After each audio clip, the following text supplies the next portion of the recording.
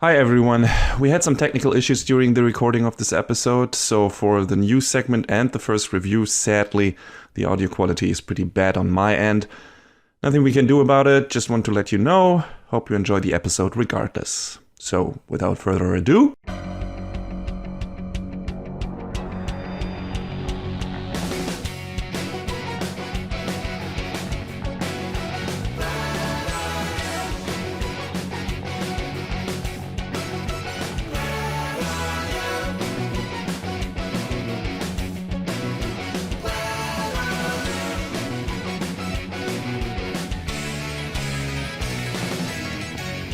Hello and welcome to an all-new episode of Anime Brain Freeze. We are your demonic hosts. I am John. And I'm CC, and when there's just too much cool anime to watch, we've got you covered. After last week's excursion to heaven, this time we'll start things off with a trip to hell, as I embark on a journey together with a group of convicts and their executioners to search for the elixir of immortality in Hell's Paradise. After that, John and I will once again reunite with everyone's favorite empathic swordslinger to vanquish more deadly foes in the newest arc of Demon Slayer. And without giving too much away, this season already is a vast improvement over the previous ones because the yellow-haired shit stain is barely in it. But before all of that, there is an impromptu news segment we have to squeeze in. Sounds like one hell of a time, so grab your favorite monster-killing weapon of choice, shoulder your patented mute demon sister containment box, and definitely don't pause the pod. We'll be right back.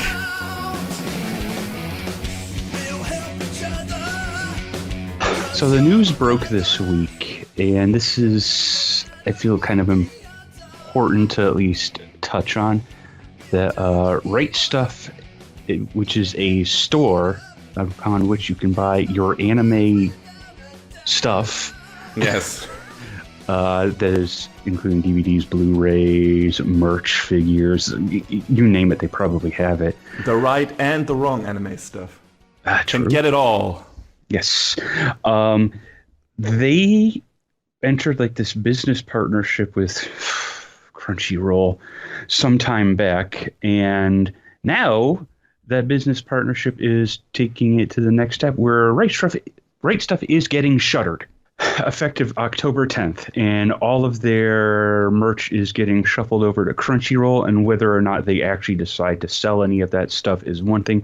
Whether or not you should actually buy from them is, my issue.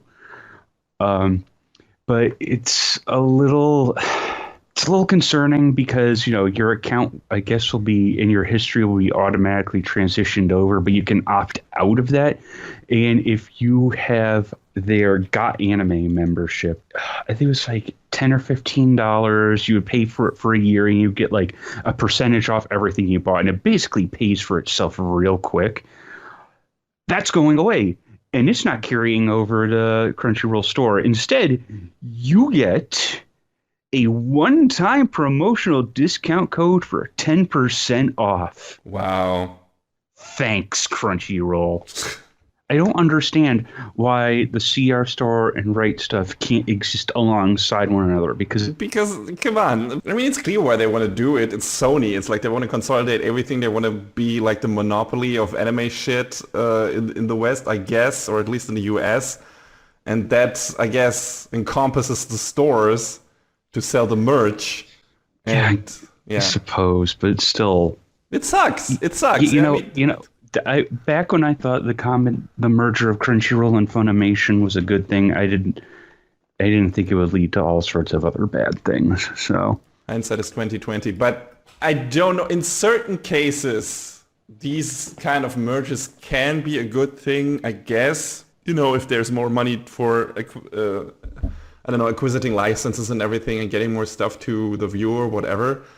But it also always can become a problem when, like I said, there's a monopoly on a certain thing and then just the companies can do whatever the fuck they want with whatever other sub-companies they acquire. So we'll see how much worse this will get. But this is definitely one of the very unfortunate side effects. I say that as someone who is on the outside of that specific thing because I have used RightStuf once because I think if you live in the US, their deals are very, very good because they also have free shipping and stuff like that. But their international shipping rates are actually not that great. Yeah, I think within the US, it's free shipping at $50, and like if you live in Canada, it's free shipping at $2.50, which is kind of like okay, that's not so good. Yeah, it gets worse if you ship to Europe. Trust me.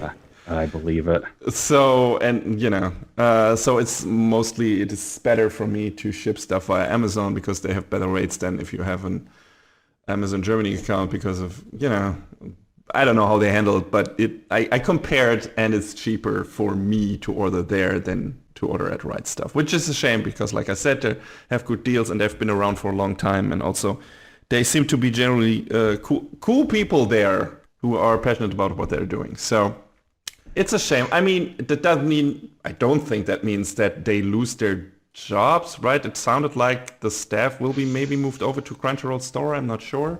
There was no word on that, but I would be willing to believe the worst. True. Okay.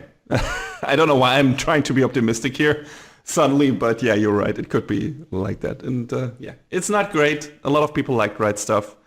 I've heard about them many times and mentioned them in a favorable tone. So yeah, it's a shame. And I don't know, more of that might or might not happen, not necessarily with stores or anything, but also acquiring anime. I mean, there's already a lot of the stuff, like most of the stuff is already on Crunchyroll. So it's not like they're not already there in their monopoly situation. But there's still some stuff on, I guess, on Amazon, stuff on Disney Plus at this point, on Netflix, of course. So these are the big players. Maybe Amazon not so much these days, but yeah. I don't know. Maybe stuff will shift over even more to Crunchyroll in the future. Who knows? But yeah, if you have promotional discounts and whatnot you want to use, you got like 2 weeks to use them. I know I got a couple that I should burn through real quick. Yeah, get to it. There's so much anime I still want to get on a physical disc or in a physical edition, but I just don't have the money. So I don't know when I'll get to that. Definitely not before they close down. I look at my wish list and I'm like, yeah, I could buy all of this if I want to spend an entire paycheck, which I don't. At least, like I would like to get all of Mob. I would like to get all of JoJo's.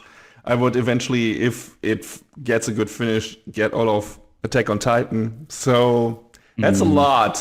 I would like to get Golden Kamuy. You can't find season 1 anymore, though. It's out of print. Yeah, that sucks. I mean, it might return eventually, maybe through the good people at Discotheque at some point, because although right now they're more focused on 80s, 90s stuff, I guess. But yeah. They do some... I mean, like, Sonic X is not that old. So. That's true. Yeah. Sudden realization when it's like almost 20 years old, but it's not 80s or 90s. Yeah, that's absolutely true. So, yeah, we'll see. Maybe we'll come back to that. Or that it just get a normal re-edition. Who knows? A re-release. Well, whatever. But, yeah, my collecting physical anime stuff is in the far-flung future. Whenever I can afford that, aside from buying the occasional game and food, which gets like the pole position here. Yeah, I mean, I've kind of made my peace with games because I've transitioned to playing stuff on PC. But still about some Blu-rays I'd like to own. Same, so like. Yeah, a lot of movies that are still on my wish list as well, and yeah, we'll see. When we get to it. But yeah, RightStuf, good. Sad to see them go. Yeah, sad to see them go. So, like John said, if you still have any promotional codes or whatever, and you still feel like you wanted to get that one anime that is in their library and you haven't gotten to it yet and it's still available, do it now because they're not going to be around for much longer.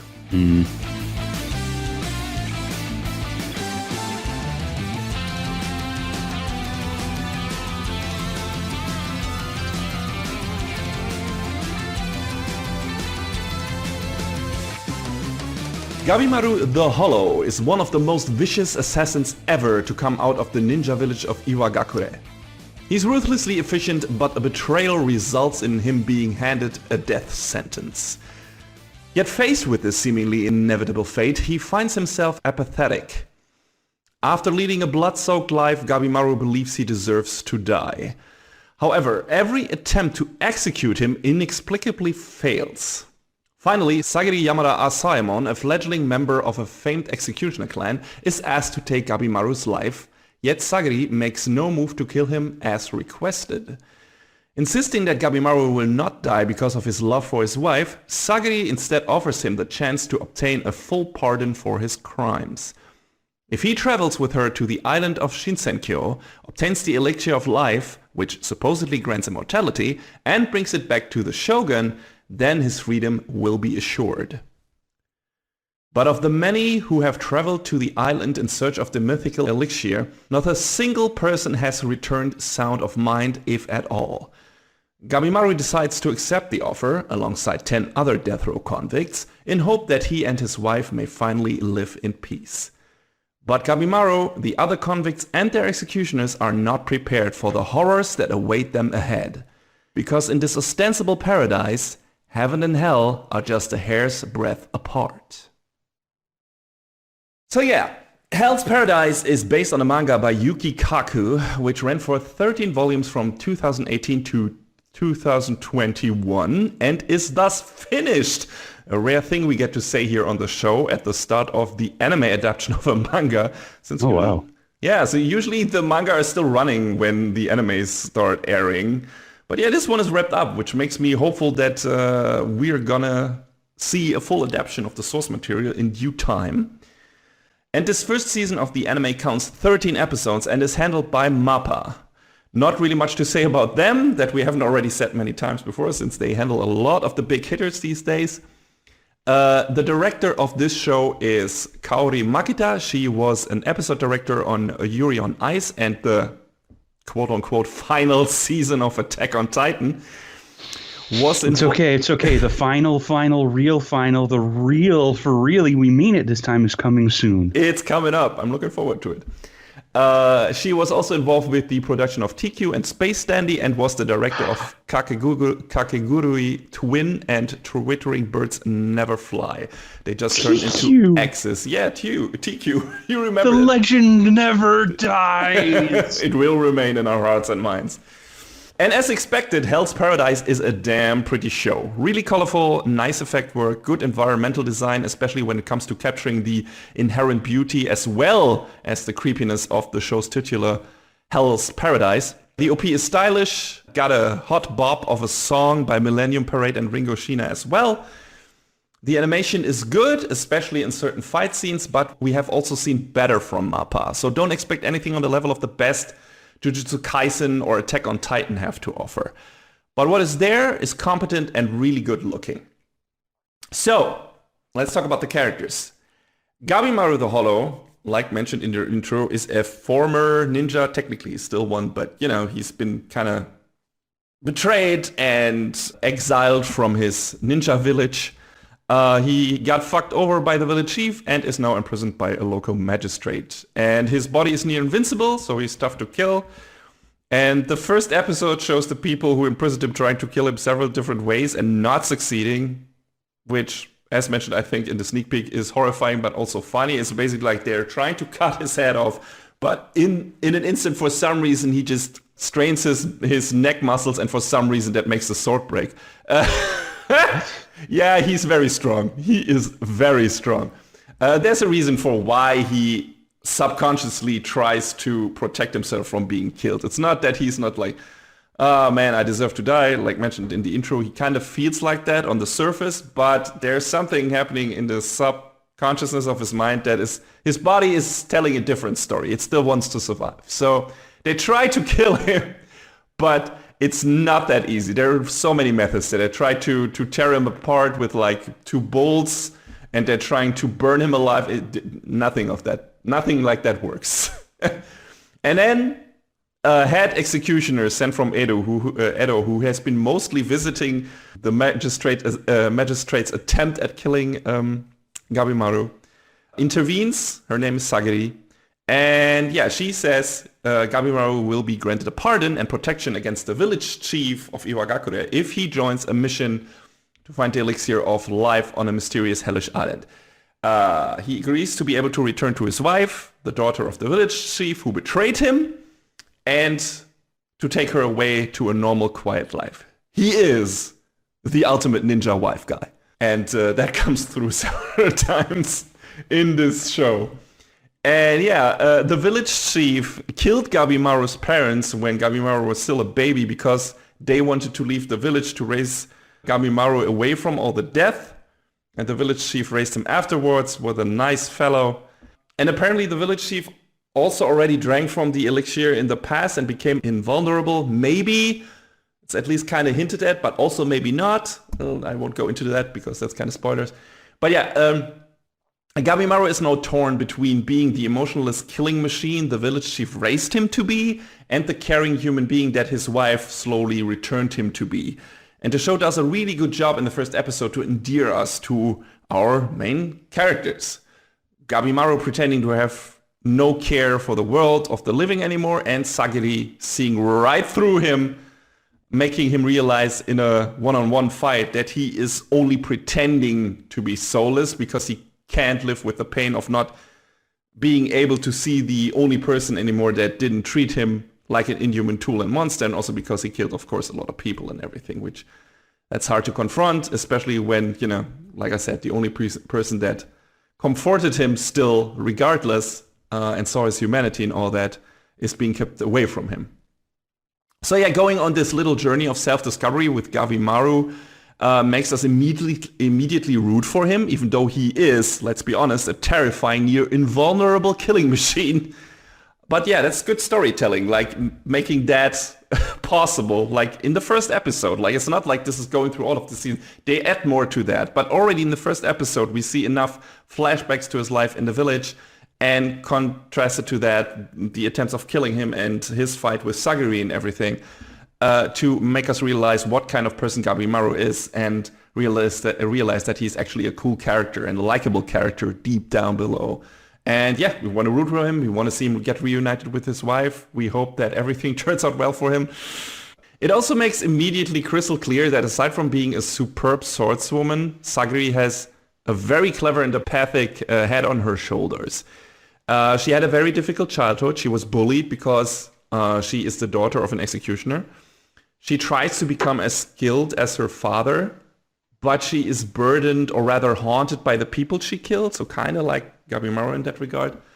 The second episode gives us a good perspective on her struggle, and just like she helped Gabimaru facing his regrets and showing what he has to do to see his wife again, Gabimaru shows her that if she can't escape her life of death, it's possible for her to gain the power to shoulder the burden that comes with it instead. Because in that regard, she and Gabimaru are very similar. They have to shoulder this burden, otherwise they can't mentally handle it and survive it or stay in this profession, and they, you know, there's no really way out for them. He also, you know, Gabimaru also doesn't want to kill, just like her, really, if he doesn't have to. But he will definitely murder the shit out of you if you try to kill him or get in his way, which is fair, I guess. And he has the mental strength to overcome the guilt that comes with it, for now anyway. And when he's not in hyper ninja killing mode, Gabimaru acts mostly laid back and snarky, which leads to some funny and badass scenes. You like that kind of character type, of course. If it's not like overplayed, and for him, it's kind of subdued in some aspects. Like, he's not like throwing out zingers a minute or anything, or jabs at every character, but he has some fun commentaries on certain scenes or how certain characters behave, and he's like a cool laid back guy most of the time. And Sagiri is ranked lowest among the Asaemon executioners, but that's mostly due to her being a bit green and a stickler for the rules. For example, she insists on Gabimaru leaving his hands tied once they arrive on the island, even though that makes it really hard for him to fight and also puts her in a lot more danger than she needs to be. And, you know, the other reason why she is still the lowest ranked is because she's a woman, obviously, because there is, you know, sexism afoot and everything, and she's not treated equally and objectively.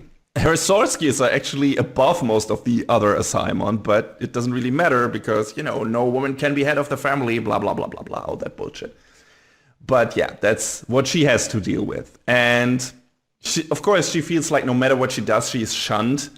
Like if she's just living as the daughter of the head executioner, she is shunned by outsiders. If she decides to live like a samurai of the clan, she is shunned by the other clan members.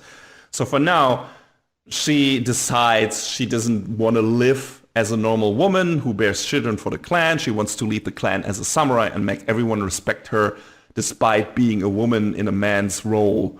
Or at least she wants to be given the time to decide what she really wants to do or to be on her own terms, which is good. Like, more power to you, Sagiri. I think that's a really valid stance to take. And yeah, it's nice to follow her journey on that path. So once Gabimaru agrees to the conditions of the contract, him and Sagiri enter a very uneasy alliance. Like, there's this point where they have already arrived on the islands, and then Gabimaru learns that the Iwagakure ninja are already on their way to interfere for one reason or another. So he plans to kill Sagiri to rid himself of unnecessary baggage that will slow him down. Because he's still partially chained to the bad influence of the village chief who taught him that emotions are a weakness. But Gabimaru can't do it because his wife has already changed him so much that he can't ignore his emotions anymore. And likewise, Sagiri doesn't kill him because she instinctively realized that he is not the cold-hearted killer he is claiming to be. And she also recognizes a strength in him and the will to regain his humanity that the village chief stole from him. A strength that, if witnessed by her, will help Sagiri to grow stronger in her own right. So they have a nice dynamic. They have like this kind of codependence that they really didn't expect to have, or that they maybe don't even really see fully, but it's like they improve each other's lives in weird ways, or they at least give each other strength because they can help each other to overcome their own weaknesses just by being around each other and witnessing what they do. So that's cool. And yeah, there are a bunch of other cool characters in this show. Like, there are a bunch of other convicts and executioners that we spend time with. And one of the more fun ones is the Kunoichi female ninja Yuzuriha, who's like the seducer and also, trickster and everything. And of course, once they run into each other, she tries to get into the pants of Gabimaru, or at least try to ensnare him into her plans, her web of, I don't know, intrigue or whatever. But that man is not easily seduced because he's the ultimate ninja wife guy. And God. He's like his response to pretty much all her attempts is like, I'm married, fuck off. It's great. She doesn't give up though. So that's also fun. Like, she's a lot of fun. Like, one of those characters that is constantly spinning bullshit yarn, so it's hard to get a grasp on her real state of mind most of the time. But Gabimaru has a solid bullshit detector, so he knows how to deal with her. So yeah, it's fun. Like, their interaction is also really fun and bantery and everything. So it's good stuff. There's also this guy called Bandit King Chobe, who is like this cool, confident powerhouse with a bit of an animalistic charm. And his brother Toma is with him. He infiltrated the executioners and now they're on the hunt for the elixir to buy Choba his freedom.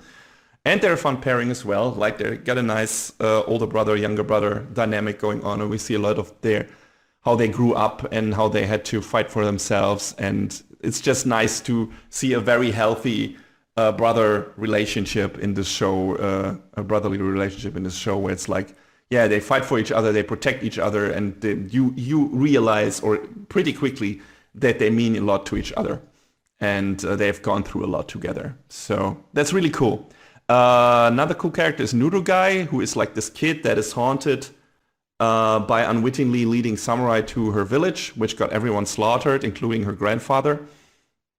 And one of the Asaemon, Tenza, feels sorry for one of the Asaemon executioners. Tenza feels sorry for Nurugai and wants to help her to regain her freedom.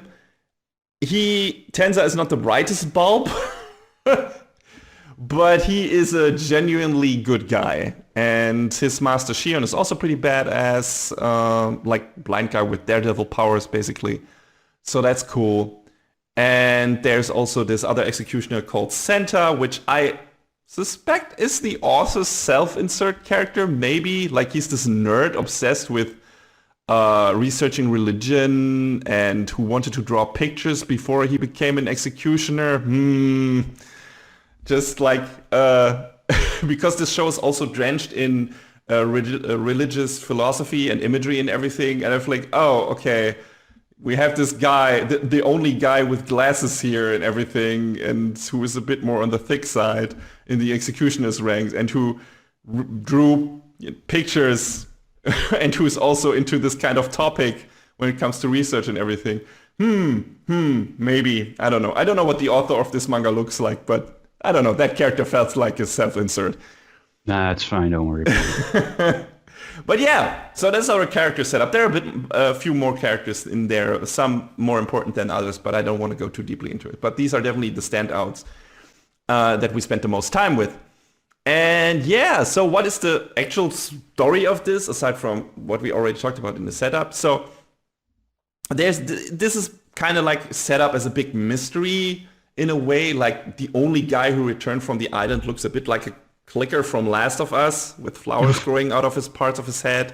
And he seems to be like in this constant state of ecstasy or bliss, which is kind of creepy. Like he's just plant trunks or whatever growing out of his eyes, and his gaze turns skyward, and in like this constant weird smile on his face, and this small snickers, like like, you know, seem really ecstatic. It sounds like he's just vibing, man. Yeah. Absolutely, yeah, he's vibing.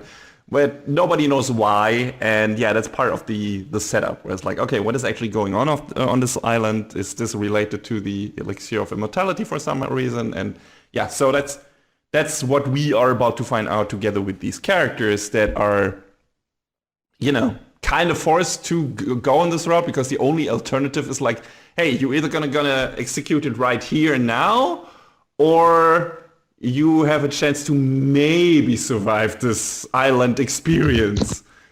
And yeah, so it's, of course, most of them take the other route, because, you know, it's not like they have much of a choice. And after being forced to thin out their ranks, you know, these 10 convicts, which Gabimaru is part of, are left to go to the island. And each of them gets assigned a watchdog executioner, and if they try to run or their monitor executioner gets killed, they will be beheaded.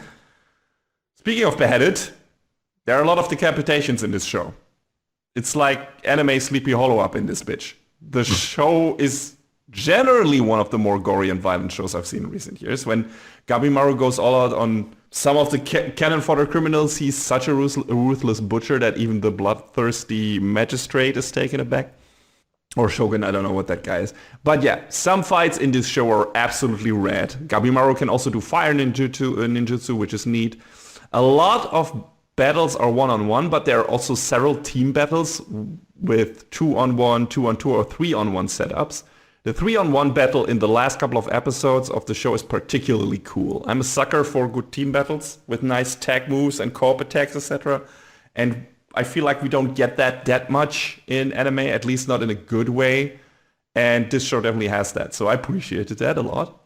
And yeah, that's kind of what happens up to in the first 2 episodes. And then in episode 3, there are some big upsets already, with a bunch of characters suddenly dying that you didn't necessarily expect to.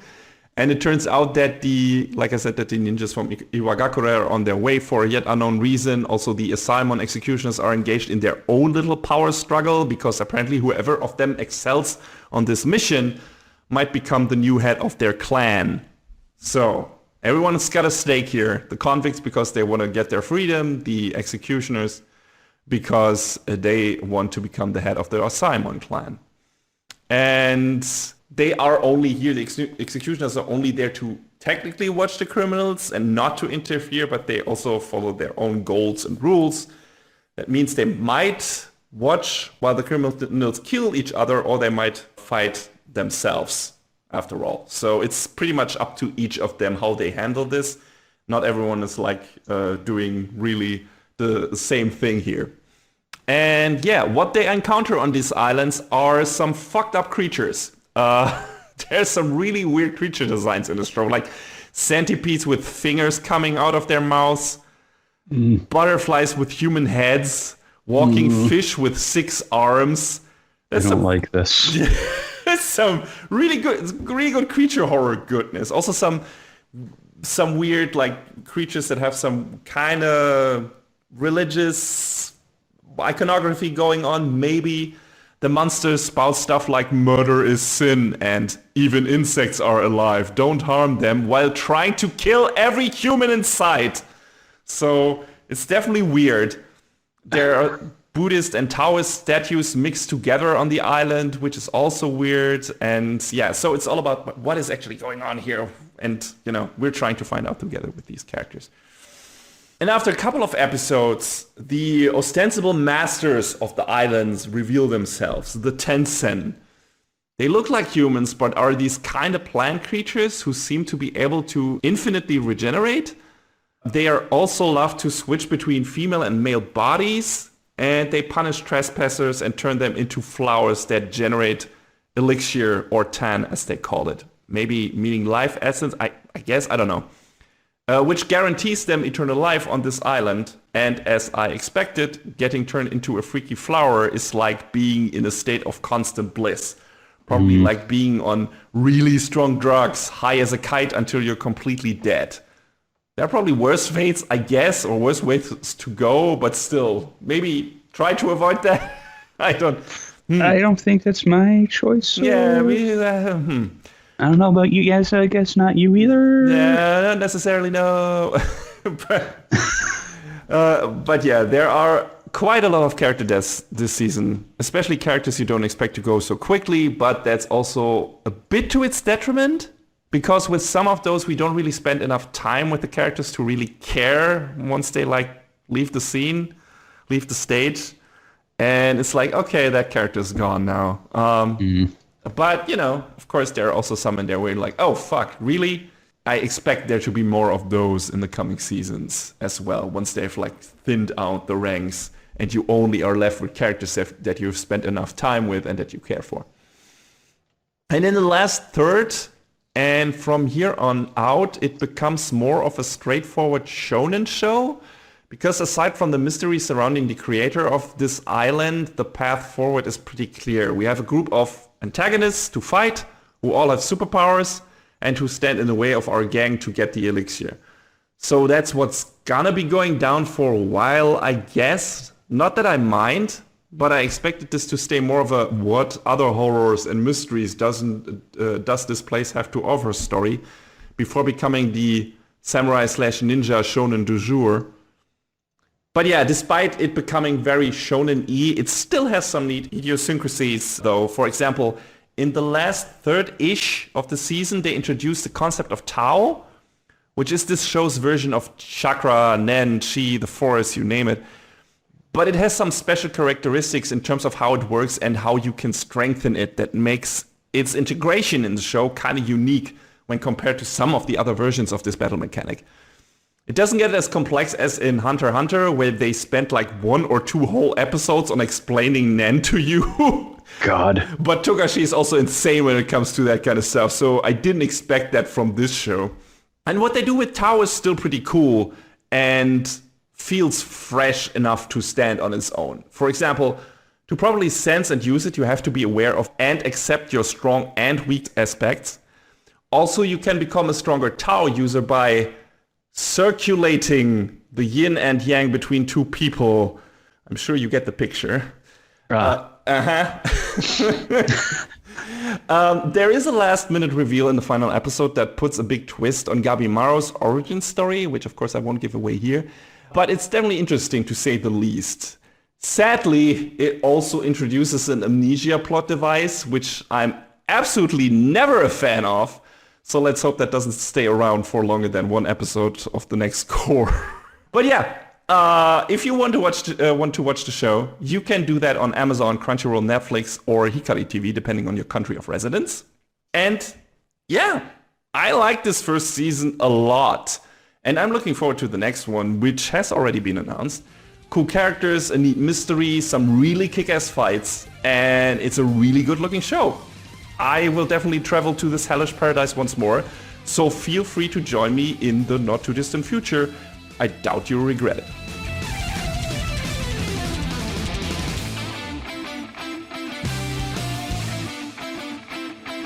Right, so it was about that time, I guess, for Demon Slayer to come back. And I've been so hot and cold on this show, but, you know, this time we get to go to the Swordsmith village, and we get to journey there with Tanjiro. Just Tanjiro. Yeah, which is good, good in one way, and I don't know, bad for me in another.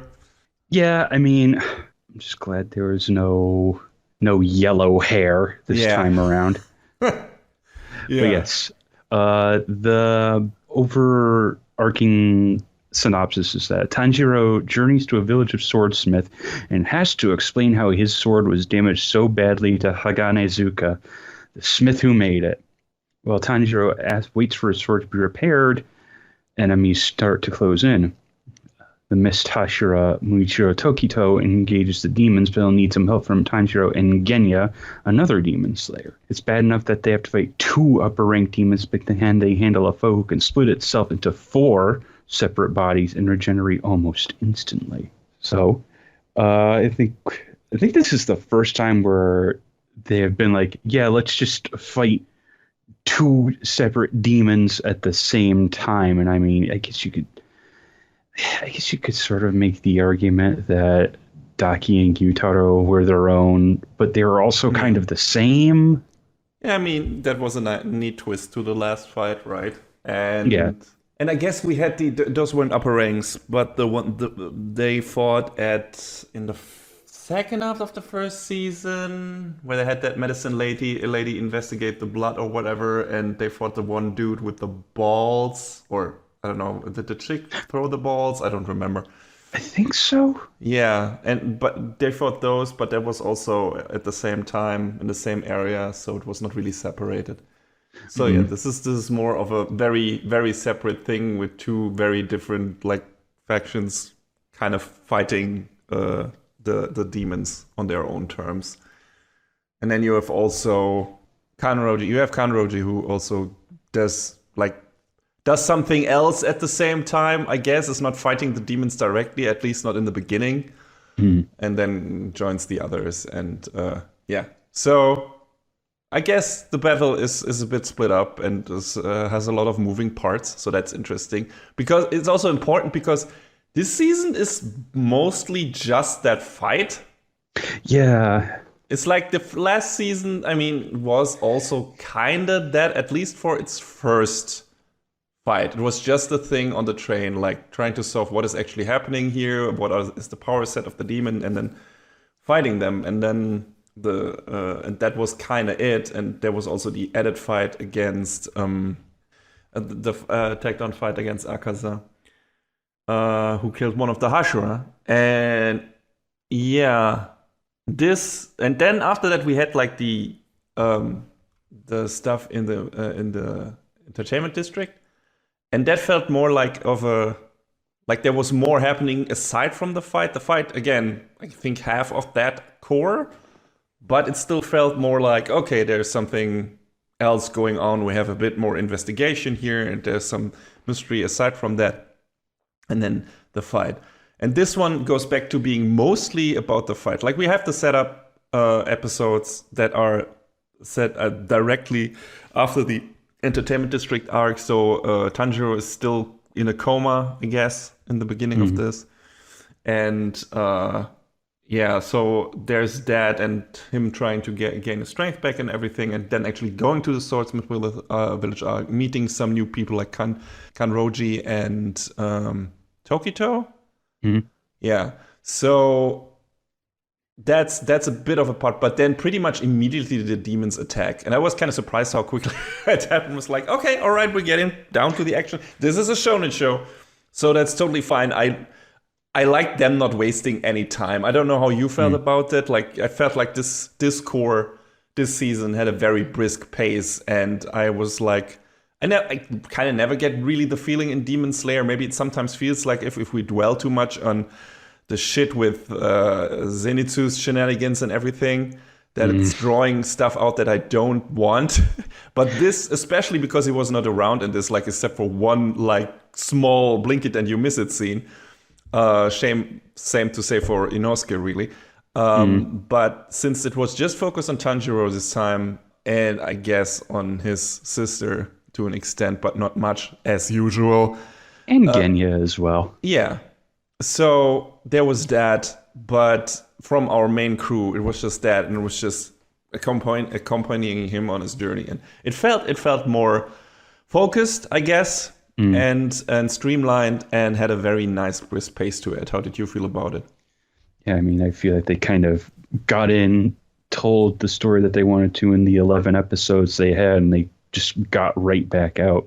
I mean, honestly, I feel like up to this is only the third season, and we've been through 1, 2, 3, 4, 5, 6, 7, 8, 9 named arcs. So I mean, the first 2 seasons were double course. This one was only one. It's true. So that's a bit of a difference. So I guess the first 2 seasons covered a bit more ground. But yeah, it's true. It's true. We went through a lot of shit, and this one went to a specific arc. The next one is going to be one specific arc, as assuming from the name, because it says Hashira training arc. So. Yeah, because it looks like it's basically 2 more, and the final arc is kind of like broken down into 2 different parts. So. Okay, so I assume we're going to have like 2 more maybe separate cores with the training out and whatever comes after that, and then maybe another 2-core season being the finale. Seems reasonable, maybe? Maybe. I just know what the names of the arcs are. I don't know the details. Yeah, but they could make it like that. They could also, try to make the finale one big movie again, or a special like they're doing with Attack on Titan right now. I mean, it's not MAPPA doing the show, this UFO table, but still. But I mean, the manga also ran, compared to others, a relatively short time, only a little over 4 years. So yeah, it's surprising that, like, considering how big it was. Although I don't know if it only became really big once the anime started, and then it was already like going towards the finale of the story. And I'm not sure. I mean, okay, the manga ended in May 2020, and the anime started April 2019. So it started pretty late, honestly. Yeah. Which was probably to its benefit, to be honest.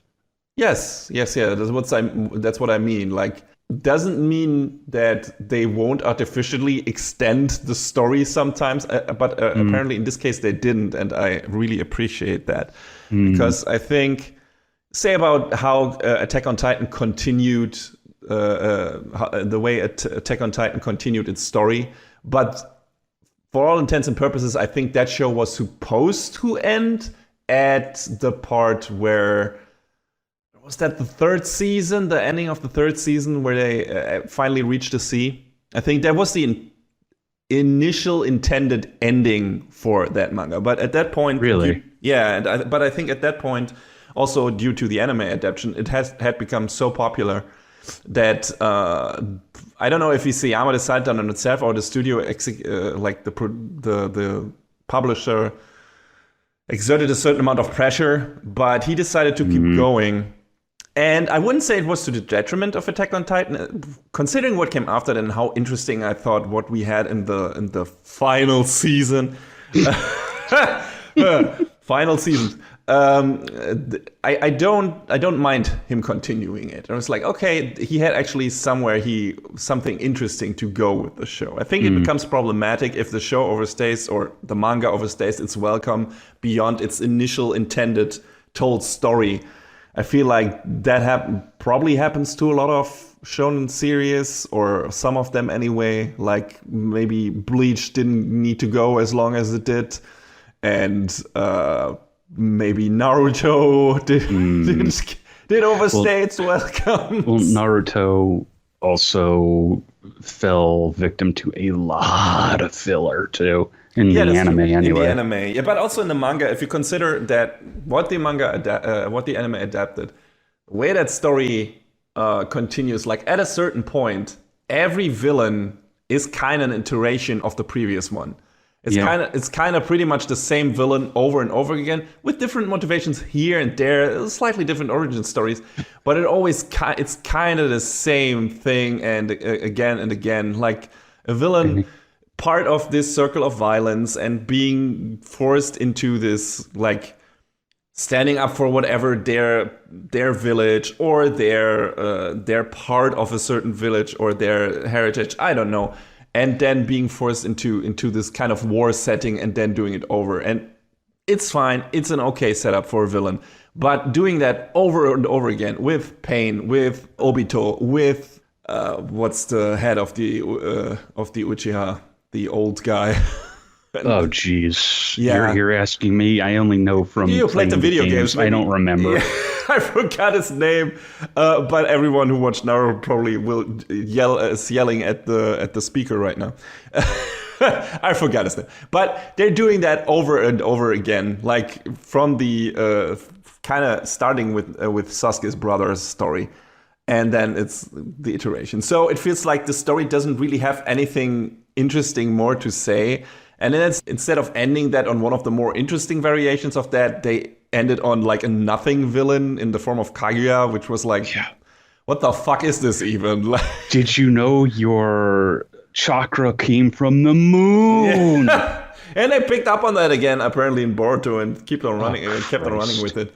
So, and again, her story was also similar to that, but it just was weaker than Obito's and was weaker than whatever they did with Madara. All of that was much more interesting than her. So that's one of those cases where it's like, yeah, at some point you were telling the same story over and over again. You could have ended this much sooner and much more interesting. So not that it's not saying that some of those later stories didn't have their high points, but it's like, it still felt like overextending shit unnecessarily.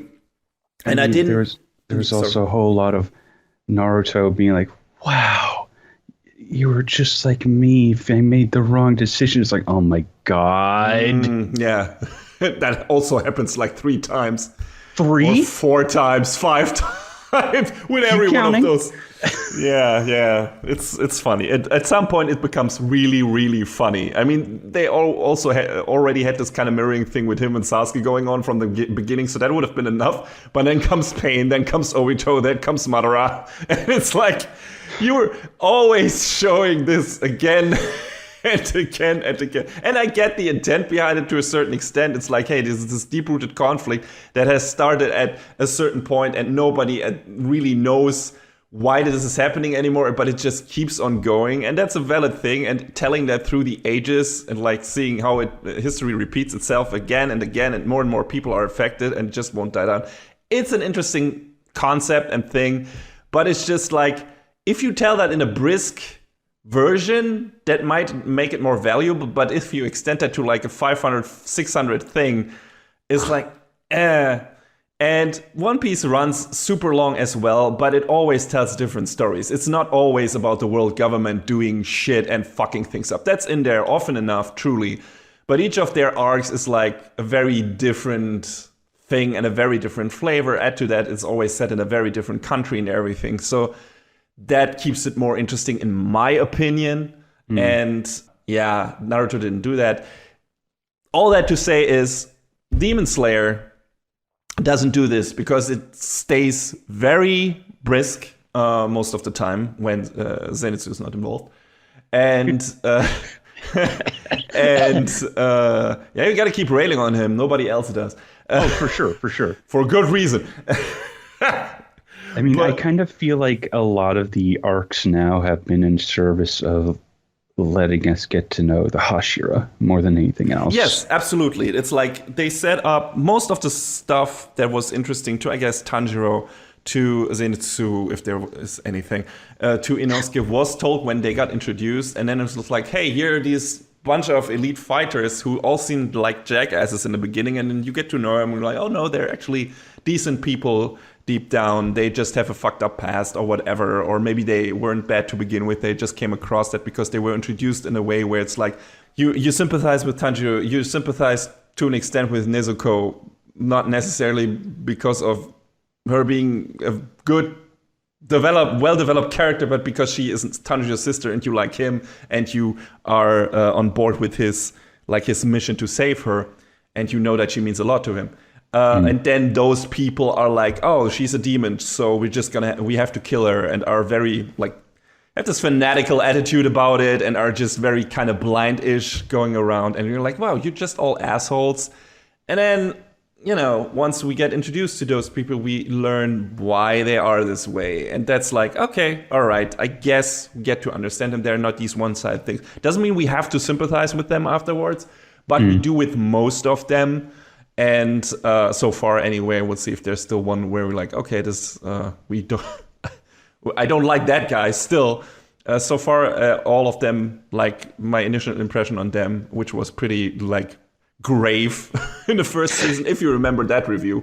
Oh, no, I remember, because I was the same. I think I was the same on pretty much everyone except for Kanroji, because she seemed pretty open about it. But all the others were like, Yeah. And maybe... We'd gotten to know Tomioka a little bit before then. We still knew him as kind of a jerk, but he wasn't, a hardline jerk like the rest of them. Yeah, exactly. And it's like, okay, I just want to see them get killed off. And I'm like, and once they actually get killed off, starting with Rengoku in the Demon Train arc, and it's like, oh, fuck, oh, well, that sucks. Because he's actually a super cool character. And you actually start to feel with him. And so that's... that's great. That's a good way to do this, and keeping the character roster fresh and bringing new interesting backstories in it. And it's not like they're not keeping on developing some of our main characters. We learned some new stuff about Tanjiro in this core. There's this mystery setup where it's like, hey, his father apparently had some connection to this guy who may or may not be the guy who was the holder or inventor of that sun breathing technique, that super powerful fire breathing technique. And that Tanjiro, for some reason, apparently inherited, but which is weird. Maybe his dad is not his real dad. I don't know. Maybe it's that guy. I don't fucking know. Or maybe his dad trained under that dude. But we get some flashbacks to that character who has the same earrings as Tanjiro, right? In this, and it's like he also apparently there is this doll that was made in his image, and and there's a sword hidden in it in this season, and which becomes Tanjiro's sword, of course, after it gets reforged by the very haughty personal smith of Tanjiro. But Takane Izuka is definitely a character. He is amazing, and I was shocked how good looking he is under that mask. It's like, what is going on? Man. I expected to be some buff old dude, and then he's like this young, svelte, total hot sauce. I don't know, anime dude, and what is going on here? I feel like the show is catering to a certain crowd. That's fine. Yeah, that's absolutely fine. I was just surprised. It's like never judge a book by its cover. Literally. I will say that I was actually surprised that we get to see underneath the Swordsmith's masks. I figured, they'll just keep that a secret to the end. No, things got dire, and it was like, I guess we're gonna see. Yeah, but he was the only one, right? Did we see anyone else? I think we saw... Oh, what's the kid's name? Hyotoko? I think we saw a little bit under his mask. Okay. Yeah. Okay. Well, yeah, that works. So this season is mostly about just that. It's one big fight. And then we sprinkled in between, like I said, some mysteries about, the origin of Tanjiro being able to use the sun technique. And there's something big happening at the end of the season, which we'll get to. And yeah, then that's pretty much it for this core. But like I said, entertaining, definitely from beginning to end for one reason or another. And I enjoyed it a lot. So it sounds like you did too, John. Yeah, for sure. It was briskly paced. There was no Zenitsu. Always a plus. Tokito and Kanroji, they had really kind of surprisingly interesting pasts and motivations. Zenitsu wasn't there. Yeah. So yeah, that bears to repeat. Yeah, it is just that big of a boon. And the increasing complexity of the demons is kind of interesting too. You mean their relationships or the way their powers work? Both, honestly. Okay, yeah, that stood out to me. Like that's actually how this season starts off. It's like the first thing we actually see is a look into the a conversation between the different demons and how they will proceed. Because the gang killed an upper rank for the first time in 100 years, and that obviously must bring a change to the status quo, which the head honcho, our favorite ultra monster, Muzan, is not a fan of in general. Like he likes for things to stay eternal and the same. He's not too fazed by Gyotaro losing, right? But it's still like, something is up, and he's like, I have a certain time schedule for this mission that I'm on, and this is kind of putting a dent in that, and I don't like this. And I'm angry at all my subordinates for this. So yeah, that's kind of. It's not like he's this buffoonish guy who just knocks his people over the head, but you feel like everyone is super scared of him. Like everyone is respectful of him. I guess one of them, who is like this playful guy who we're probably gonna fight next. I forgot his name, but I think ranked wise. Oh no, he's ranked above Akaza, right? He's ranked second, and Akaza's ranked third. You mean Doma, I think? Yeah. So he seems to always be like, very playful. So I don't know how he would actually feel if he had to encounter or if he went against Muzan's wishes and had to fear some serious repercussions. Maybe it would be playful about that too. Who knows? But everyone else is like very serious, especially Akaza, who's like seems like this big ball of anger just in general towards the other demons. Like none of these people like each other. Like everyone hates each other's guts, kinda. Even some of them hide it behind either supreme sternness or playfulness. But it's like you get a feeling this is not a honky-dory community. No. Of like flower demons or something like that, and it's fun to see that. It's also like a great display of the visual prowess of this show. Like the way we get when we open the show and get a look into the Infinite Castle, or what it's called, the home of basically everyone with like this different separate dimension where they can basically teleport to and converse. It's like, yeah, this is how you do CG in anime. Yeah, that opening shot was insane. I still, thinking about it even now, months later, I can't get over that. Yeah, it's great. Like, Ufotable really has this down. Like, they're the kings of merging CG and traditional animation. Orange are the kings of doing CG-only anime. And even though they sometimes have some hand-animated stuff sprinkled in between there, but they're mostly just CG, and they're great at that. But Ufotable are the absolute masters of mixing that shit in a way that you barely notice. Mostly because they concentrate the CG on the environments, but sometimes they also make the models CG if it benefits like the actual fight choreography and shit like that, and action choreography in general, and shot composition and whatever. If they want to have some cool tracking shots in there, and it makes sense to do some more with the CG aside from the environments. They've gotten so good at this. I mean, granted, aside from the Fate stuff, this is probably the most high-profile show. I don't know what's bigger these days. I haven't checked out the new Fate movies, so I can assume there might still be a step above this.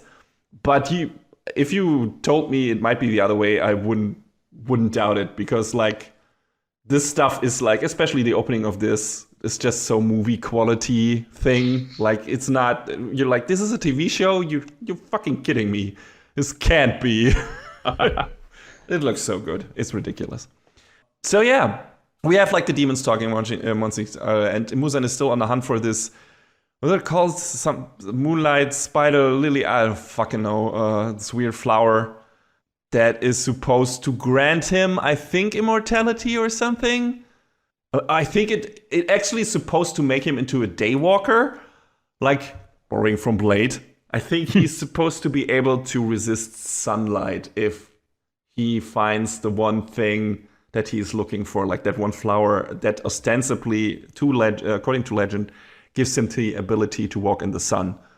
Well, because demons are more like vampires in this, I guess. The sun is their biggest weakness. So this would grant him the ability to fight in the day, if I'm not mistaken. So that's what he's looking for. That makes him truly invulnerable and kind of super vampire, immortal, whatever. And that's what he's looking for. And the Hashira risk his research, basically, or a risk to his research. So that's why he employs his demons to actually fight them and so on. And so I don't even remember why they sent two of the operangs to the village. Is it just to take out Tanjiro, or were they searching for something else in the village? I don't remember. I don't remember explicitly, but you could if it's not to take out Tanjiro directly, it's just to destroy the source of that which can harm them. Yeah, I think they know that Hashira are there, and they're supposed to take out the Hashira. I think that's it. Mm-hmm. I think that's where they're sending them, because they want to thin out their ranks, and they want to make sure that that his plan is not like Muzan's plan is not endangered or whatever. Something like that. It doesn't really matter. It's like they end up there for one reason or another, and then they fight the Hashira and Tanjiro.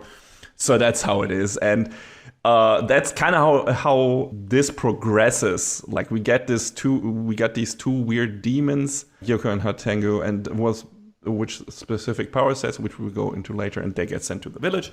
And Tanjiro goes to the village at the same time, because he broke his sword in the last fight and needs a new one. And that's kind of it. And not every smith out there can create swords that can withstand the battles that Hashira must fight, and thus Tanjiro must fight. So that's where he has to go, in this very secret village. Like, he has to go through this ridiculous system of being carried by a bunch of different people on their backs, and his eyes being covered and stuff like that, until he finally reaches the village.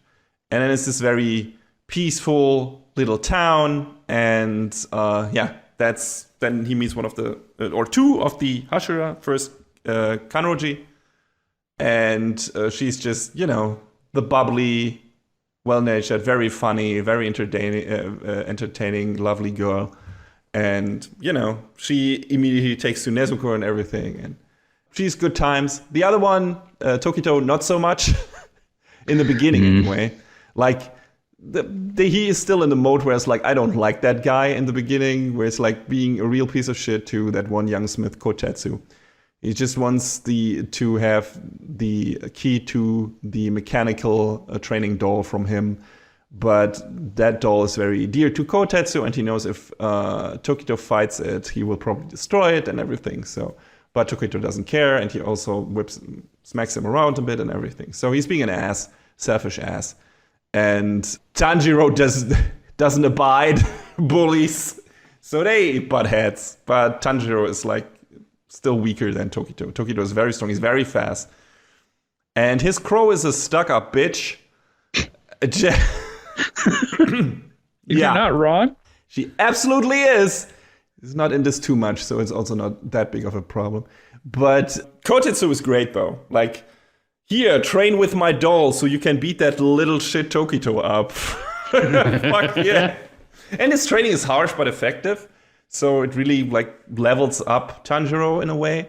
And he manages to destroy the doll with the permission of Kotetsu. Because they become friends pretty quickly. And yeah, then they discover this really old sword, and which seems to be from the creator of the sun breathing technique. We have to assume. Who lived 300 years ago, apparently? So how old was he when he met Tanjiro's dad? I don't... But he Don't worry about it. Yeah, I get we will get filled in on that, if he was also maybe a demon or not, or whatever that means.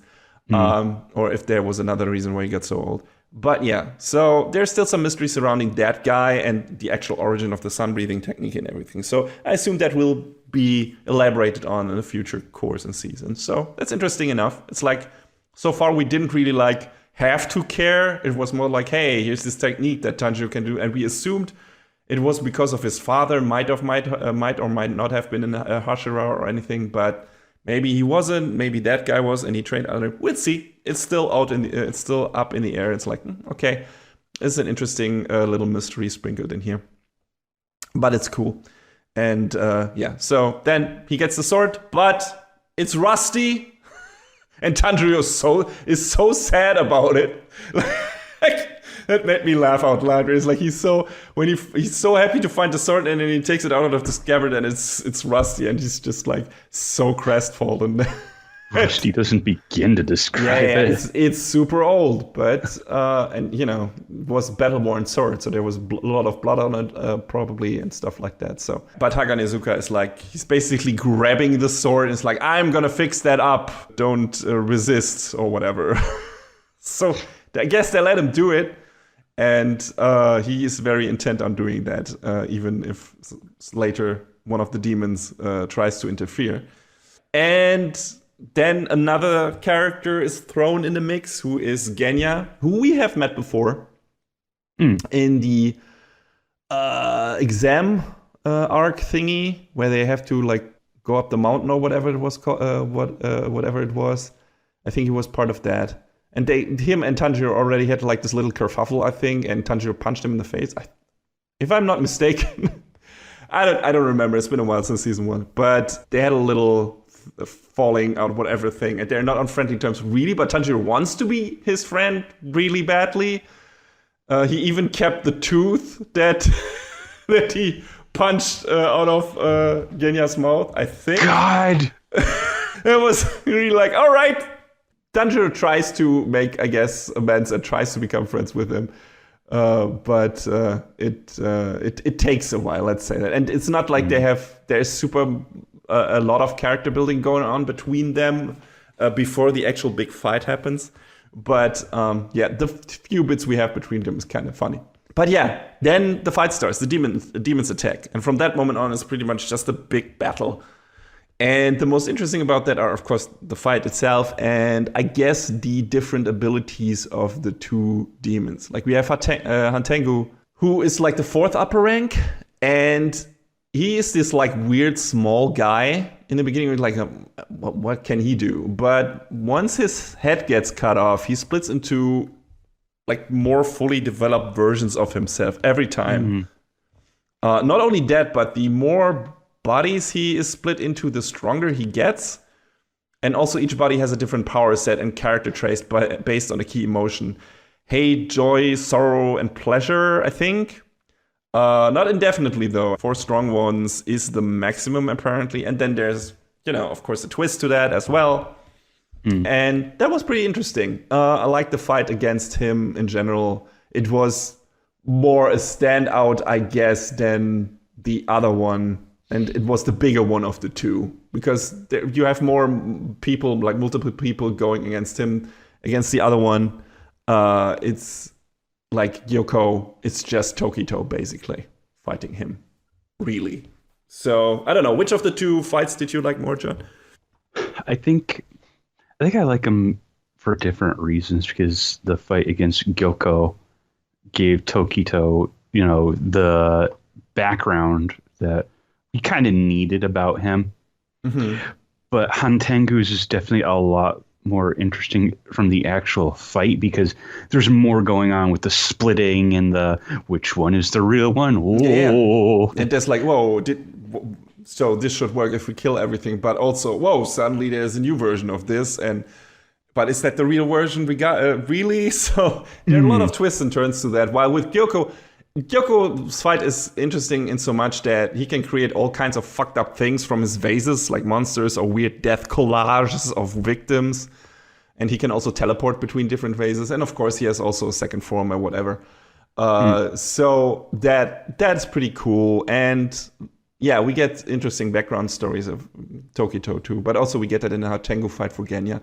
So yeah, I feel like considering how this was set up, I don't know, I maybe expected the fight, Gyoko posing more of a threat, Yeah. But he really wasn't. Like for a minute there, like he puts Tokito in this weird water bubble, and it seems like, oh, Tokito will drown in this. But considering how he gets out of it, he was not really in much danger. It was just a character thing where it's like, oh, there's self-doubt here. There's also kind of this half reluctance to maybe stay alive or whatever. And so that's more of a problem here than his actual power not being, like him being not strong enough, because that guy is strong as fuck. Like, don't mess with Tokito. Like, and the way he disposes of Gyoko ultimately is like, buddy, really, if it weren't for that one thing, you didn't have a chance in hell against that dude. And I wonder, the moments like these make me wonder, like, how is it that the upper ranks have been safe for so long? Or is it just this generation of Hashira is so exceptionally strong that they were able to not die for so long? Because I guess Akaza is super strong because he killed Rengoku pretty, I mean, not easily, but handily. Yeah. But I'm kind of willing to bet it's the latter. Yeah. Like they just didn't have any competition up to this point somehow. Yeah. But also that's still what the leader of the Hashira says. He's like, this generation is special, right? There's something about this, and especially the ones that are coming now, like Tanjiro, for example, and Inosuke and Zenitsu. And that there's something to them that makes them, that seems like now they have a real chance of fighting the demon after all this time. So, I mean, that's another part this show is about, like handing over the mantle from one generation to the next and actually let them finish the fight and everything. So that's cool. And so Gyoko, after being, a bit of a threat in the beginning, more to the general populace of that village, because he unleashes these weird fish monsters, this weird giant goldfish thingies. I don't know why, but that part in particular like creeped me out. Oh yeah, it's creepy as fuck. Like everything about Gyoko is creepy. Like his weird obsession with art is like this thing that is going on, and him I think the creepiest shit, aside from this weird fish monsters, were like these weird death collage thingies. Like he creates like this weirdly contorted versions of the characters he kills that he pulls into his vase and just breaks all their bones and keeps them in the constant state of like suspended pain, and it's a nightmare. And you really want to see that guy getting killed for more than one reason, and ultimately gets. So that's cool. And we learn a lot about Tokito. Just in general, Tokito starts off pretty unsympathetic, but then in this fight, he becomes more and more sympathetic. We learn he lost his memories. We learn he like Tanjiro's influence on Tokito makes him become less of an asshole. And he actually saves Kotetsu's life. And, he helps Haganezuka. So there's enough going on here. It's like, oh no, he's actually a cool guy. So that's fine. And then we learn that Muichiro Tokito, that's his first name, his parents both died the same day. And he was living with only his twin brother, Yuichiro. So Muichiro and Yuichiro Tokito from that point. And his brother seemed like this selfish and mean, more like you feel like Muichiro was in the beginning when we meet him.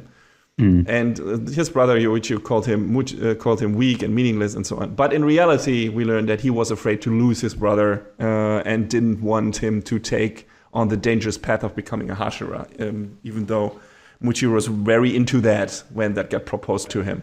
And by the end of the story, it turns out that the Mu in Muichiro doesn't mean meaningless, but infinite.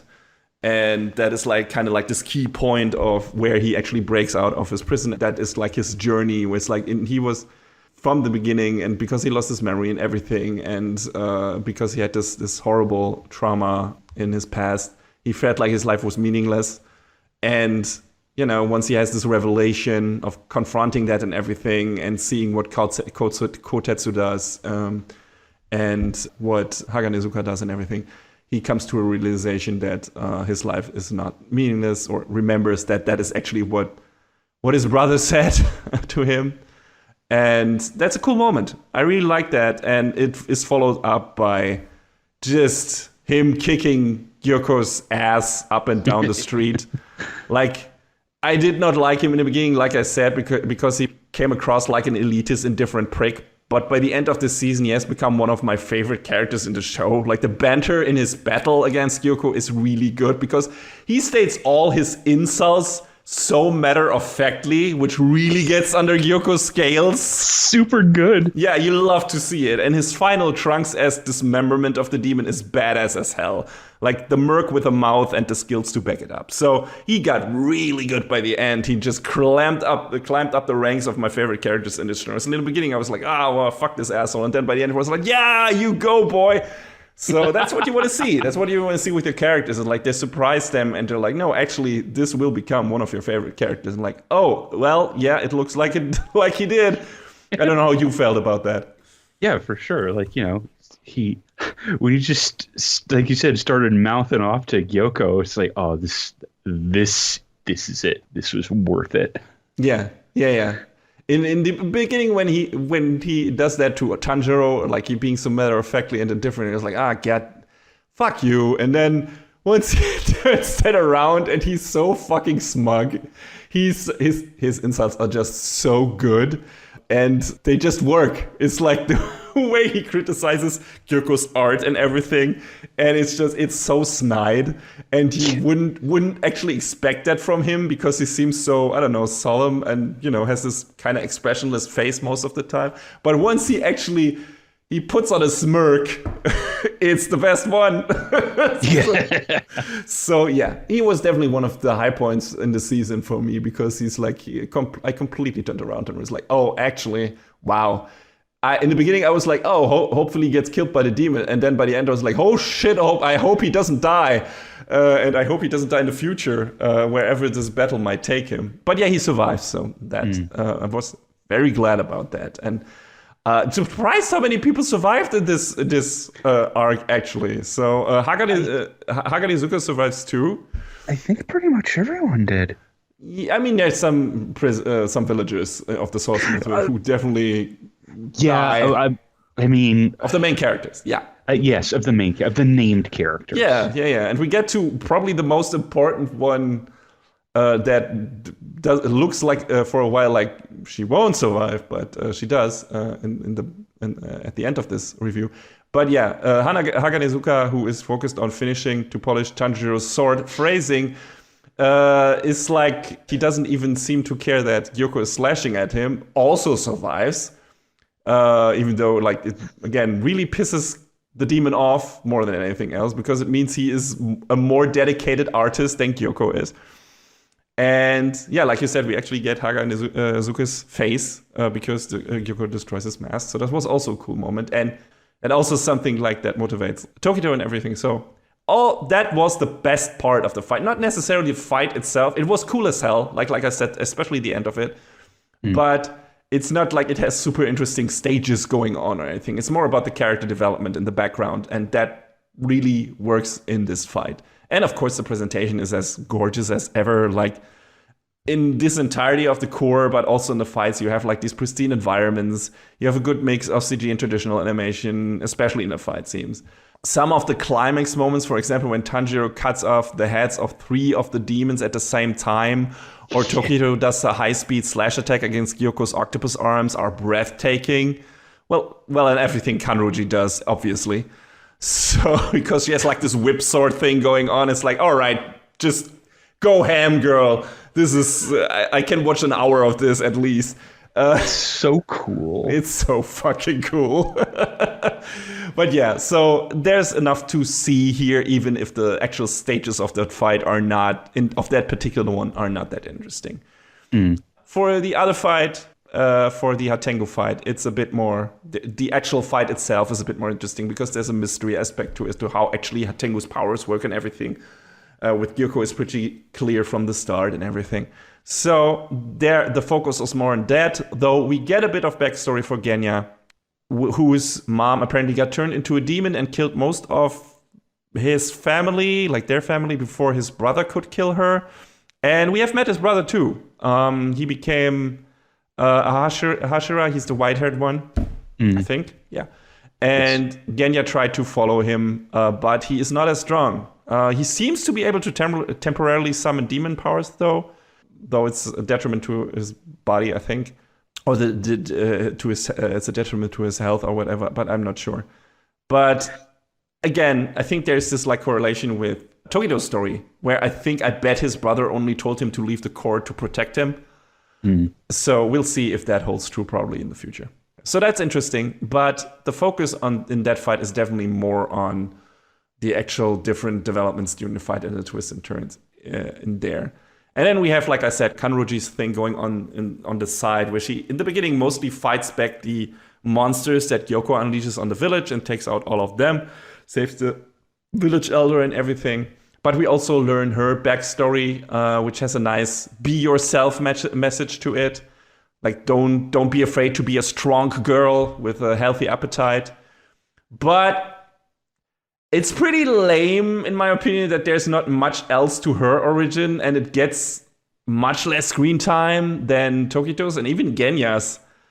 And the show, I felt like at that point again, which sadly has crept up on me multiple times in this, the show is really not great with how it handles its female characters, aside from making them badass fighters, which is good. Don't get me wrong. At least there's that. They're not all damsels.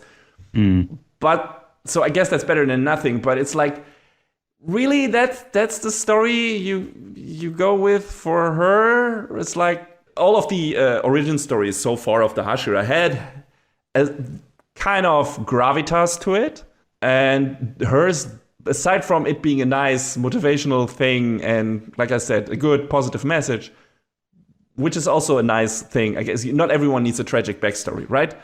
But it also doesn't feel like it has as much substance to it. So it's like, okay, everyone is in this for different reasons, and so is she, so that's fine. But also you could have maybe gave that specific one to one of the guys and maybe give her one of the more meaty backstories. But then maybe it wouldn't have fit her character type or the way she behaves now. I don't know. There was probably another way to do this, but it was like, it's not a big thing. It's a nitpick on my end, but it's, again, and also, considering what they have done with Nezuko up to this point, it's like, I don't know. I feel like the guys get the better character treatment in this. I don't know how you felt about this, John. Yeah, I mean, yeah, you're not wrong. Like I still like her. Don't get me wrong. No, she's great. No, nothing against her character itself. It's like, I feel like they could have done a little bit more. Yeah, somehow. Exactly. They could have done a bit more. It's like you put so much effort, quote unquote, into a lot of the other Hashira ones, and for her, it's just like, hey, it's nice if you're not the slimmest girl in town and you like to eat a lot. If it's okay if you go against the norm, lady. And it's like, oh, all right. Okay, that's great. That's a good message, but also, I feel like you could have maybe done more with her. And again, like I said, she gets the least screen time in terms of origin story out of all of the ones that we're getting in this season. It's like, yes, it's just at least a bit of a, I don't know, bad aftertaste. That's all. And comparing to, I don't know which female character so far got the best of development. I think it was that Poison Girl. Forgot her name though. There's probably a reason for that. But also because she also doesn't play such a pivotal role in this. But yeah, and the one female character as part of our main crew doesn't talk and spends most of her time in a box, aside from when there's actually stuff to fight. So it's just like we learn about her story by proxy through her brother, and it's just a whole bag of worms in this show with this. And that's the thing that kind of bugged me a bit. It's not like completely destroying the show or anything, far from it. But it's one of those things that keeps creeping up in again and again in this. And I'm like, I feel like they could have done better with this. But yeah, credit where credit is due, though. The show actually made me believe for a second that kill off Nezuko in the final part of this fight. After Tokito already disposed of Gyoko, and Kanroji disposes of the some of the fish monsters. They joined the fight against Hatengu, but he's like a more formidable villain than Gyoko. Of course, he's ranked one rank higher. But, they each have to fight their own way. Like, Kanroji has to fight like these weird stone dragon head thingies. And Tokijo is still like kind of exhausted from his fight against Gyoko and shit like that. So it's a bit of a handicap match, I guess. And it becomes more and more problematic. But also, Hatengu is also on a timer because the sun is coming up and everything. But there's like this tense moment where they have to stop him from actually eating some fleeing people and thus gaining enough strength to escape. So there's this moment where it seems like Nezuko sacrifices herself to give her brother the boost to reach Hatengu to cut off his head for the final time. And it seems like, Tanjiro has to make this decision. Like if I do this, my sister will probably die.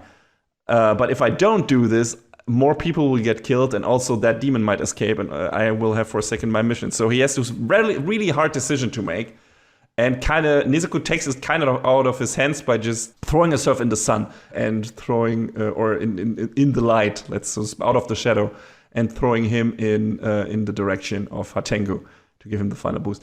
And the way this was staged, I don't know about you, John. I usually don't easily fall for this, but they made such an effort of like this, moments running before like Tanjiro's eyes, like how he remembers his sister and everything. And it's like, it feels like in a lot of anime, the way this is staged, this is the moment before one of the characters dies. And it's like they go so ham with that, and it's like, oh, really? What? Are they gonna do this? Is this how? Holy shit! They're actually gonna kill her off? I really believed it for a moment there. It's like they really put the effort in to make you believe that it's finally, and it's like this harsh decision for Tanjiro, and it's like really driving that home, and then they actually he might return and to the place where she gave him the boost, and then he will only see ashes. So that was pretty, I don't know, it felt pretty ballsy, or pretty well done at least. I don't know how you felt about that. Yeah, I almost believed it too. Yeah, it was tense, right? It was like, wait, are they actually do something with, I mean, that would be horrible in its own right, because she never really got to have some real good character development, and it just would kill her off, which would make her even more of a, an actual tool to Tanjiro's mission than anything else. But it would have been interesting, like, if he lost her and she was his mission, right? You got into all of this just because of her. So what happens to him if he actually loses her? Like, how will he continue? Like, will that completely demolish his motivation, or is he just gonna go full revenge ham against Muzan, which is not his character? Like, Tanjiro is too empathetic for that. So that would have been super interesting. But also, you kind of don't want to see that happen to him, even more so than it to happen to Nezuko, because he's like the main character, and we have actually, got to learn him a lot and learn to care for him a lot. So it was like, oh fuck, don't do that to him. That's horrible. So I was really on the edge of my seat in that moment, because I believed they might actually kill her off. So I like that. I like that the show actually made me feel worried there for a second. Same. But apparently she is sunproof now for some reason. And she can speak again for some reason. Kind of.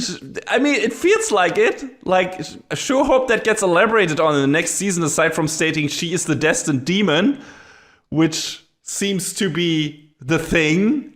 Like, we see Muzan's backstory in the context of this, or in conjunction with it, which is a bit lame, too. Like, he was just some rich guy 1,000 years ago and afraid of dying, and I guess his doctor's medicine turned him into a demon or something else, I don't know. Since then, he was trying to find a way to make him sunproof, which is actually the only reason he created other demons, to find the ingredients necessary for his spider lily medicine thing. But now he doesn't need that anymore, since he can just consume Nezuko to gain her new Daywalker powers. And with that, I'm kind of scared for the finale of this show a bit, because I guess now they have laid out the groundwork for that. So Nezuko will probably go from being this mute fighter with not much of a character aside from I will protect my brother and I have strong bonds with my brother, to being kidnapped by Muzan and being a damsel in distress. And then our three main guys have to get her from the Infinite Castle or whatever and save her, and that's gonna be the rest of the story. And if they actually do that, it's I hope this will not be it. Yeah. I mean, he will probably instruct his remaining upper ranks to kidnap her now. I doubt he will go to her himself.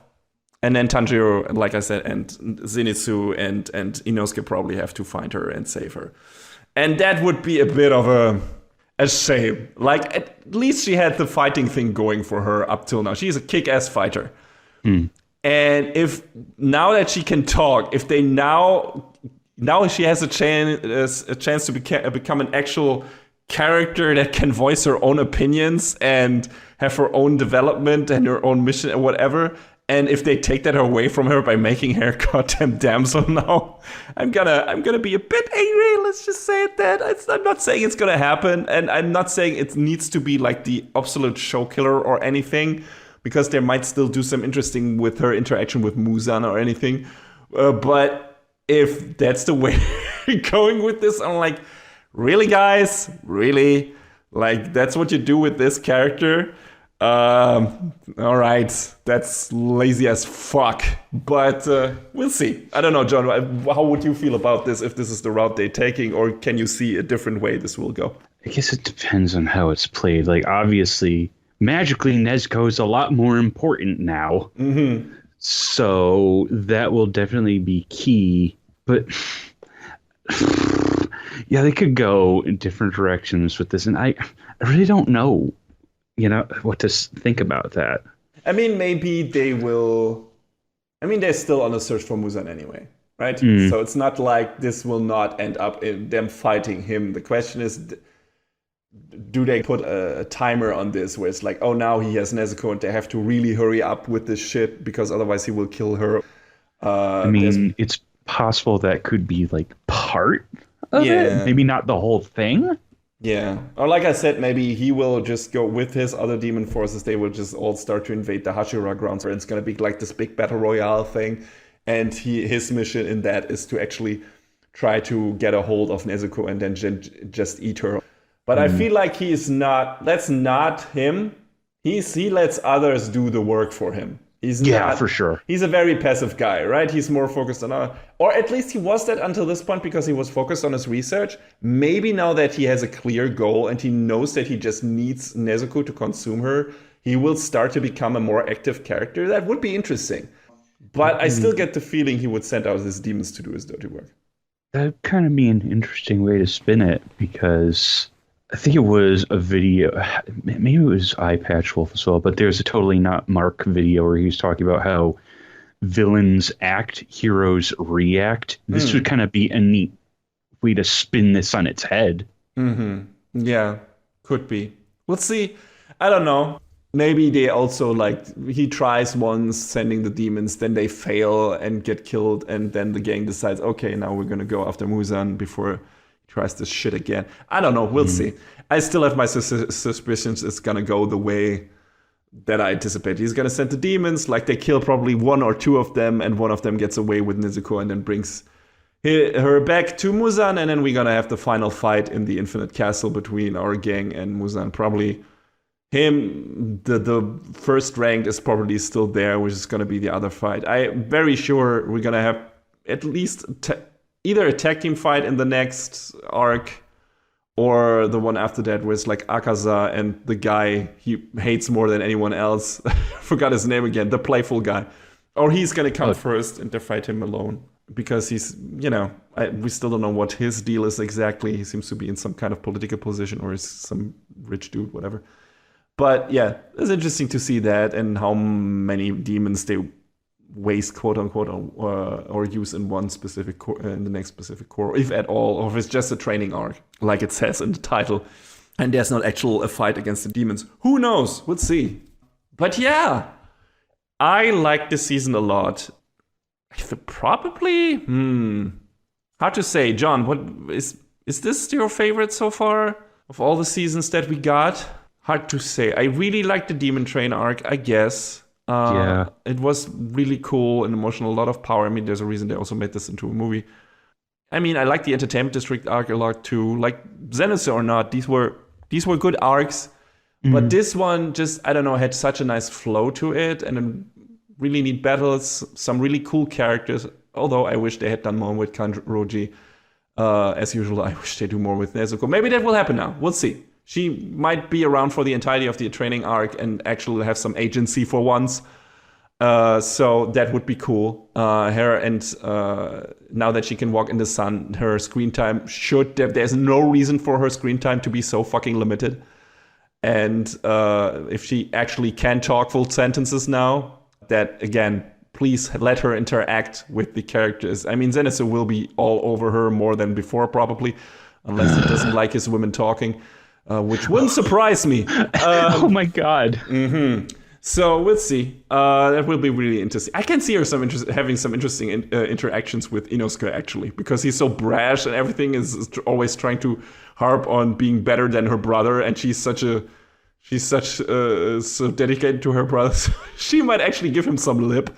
So that might be cool. Like, we'll see. Maybe that will happen. I would really welcome that. I want her to become more of an actual part of that group. Like, have her be an actual character. That is my biggest wish for the coming season, now that they have given us this kind of setup. And don't immediately take her out of the story again and out of that out of those possible interactions with Aang. Again, that would be just a waste. That would be so shitty. But yeah, I really like this season. Like I said, I don't know about you in terms of compared to the other ones. So this was really strong. I mean, the first season was also pretty strong. But I think this and the first core of the second season are probably my favorites so far. I think so. Yeah. I really liked this one a lot, but I did really like the Demon Train as well. I think this Demon Train and the Entertainment District are probably the top three for me. I haven't really given enough thought as to what order they'd be in, but I can imagine I don't know. I mean, the Demon Train arc is more interesting because of Rengoku's story and, figuring out what the demon does. I think you had some whole hang-ups on the way the backstory of Gyotaro worked in the second scene, where it was like, hey, Dark Mirror of whatever, and you were like sick, you were sick of that because you have seen it so many times, and that's understandable. Yeah, there was a little bit of that. So, but aside from that, it was an entertaining arc. So I don't know. I that didn't bother me too much, but I would probably still rank it below those two. Because like I said, in this arc, I was just there from beginning to end. Mostly probably because Zenitsu wasn't around. So, but like I said... Same though? Yeah, absolutely same. And the problem is he will probably be around the next arc again. So, but Inosuke will probably be too, so that's good. You know what? Maybe, fingers crossed, maybe he's mellowed out between then and now. I doubt it, but maybe. As soon as he lays his eyes on Nezuko and realizes that she can now spend time with him in the sun, and I feel like there will be even more of his thing going on.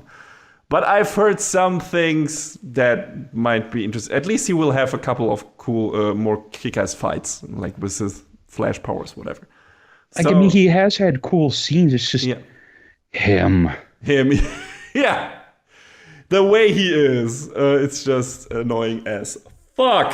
So we'll hope we get more time with Tanjiro and the other characters. And we still have enough Hashira that we haven't been acquainted with yet properly.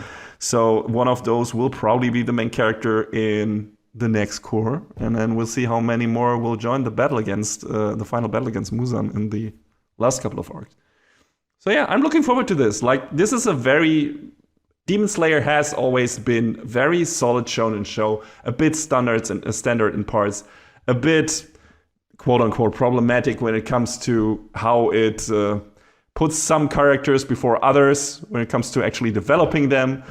But still having some really interesting characters, and there's some cool character origin stories, and a really empathetic main character who's has a bit of a different flavor to him compared to a lot of our standard, either super, I don't know, dark, introverted, I hate the world shonen main characters, like Eren, for example, or the brash, loud, hot-blooded, fiery shonen characters, like, I guess, Naruto, for example, or someone else.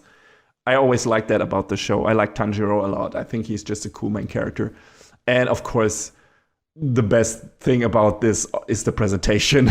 Like, there's no way around it. Like, there's still shows where, like, oh, they're maybe doing something more interesting with the visuals, but in terms of pure quality, in terms of actually, like, consistency in quality, this is the show to watch on a big TV screen. Like, if you want to showcase anime as being something that looks cool, I think there's no way past Demon Slayer. Like, that's on the list.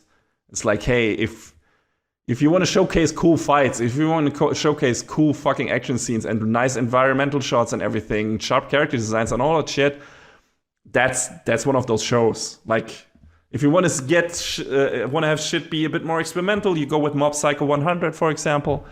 And if you want things to be maybe a bit more gigantic, spectacle, maybe you go with some parts of Attack on Titan.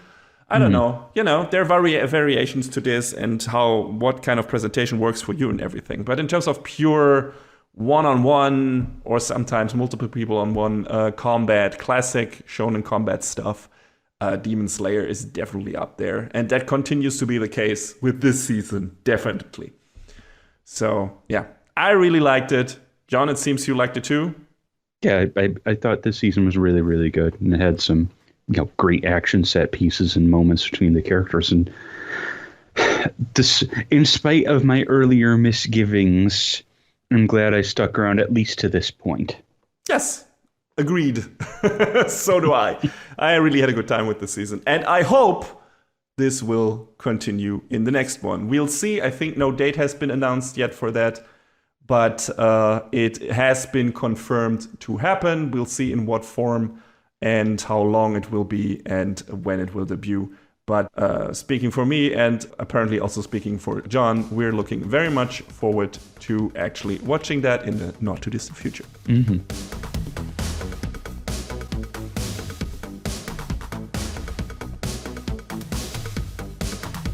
And that is a wrap on the 147th episode of Anime Brain Freeze. All the music in this podcast is from the Double Dragon Neon soundtrack by the amazing Jake Kaufman. Please go to virt.bandcamp.com and check out his awesome work. Our show is available on most of the popular podcast services, but it's always worth visiting animebrainfreeze.com for our review index and more. Leave us comments and questions on YouTube, follow us on Twitter at AnyBrainFreeze, or send an email to animebrainfreeze@gmail.com. We would love to read your feedback. Thanks for tuning in. We hope you had a good time, and please join us again on our next episode. Macht's gut. So long, everybody. Next time on Anime Brain Freeze. We set sail on rarely traveled waters, the sea of live action. And the chilling adventures of Suletta continue.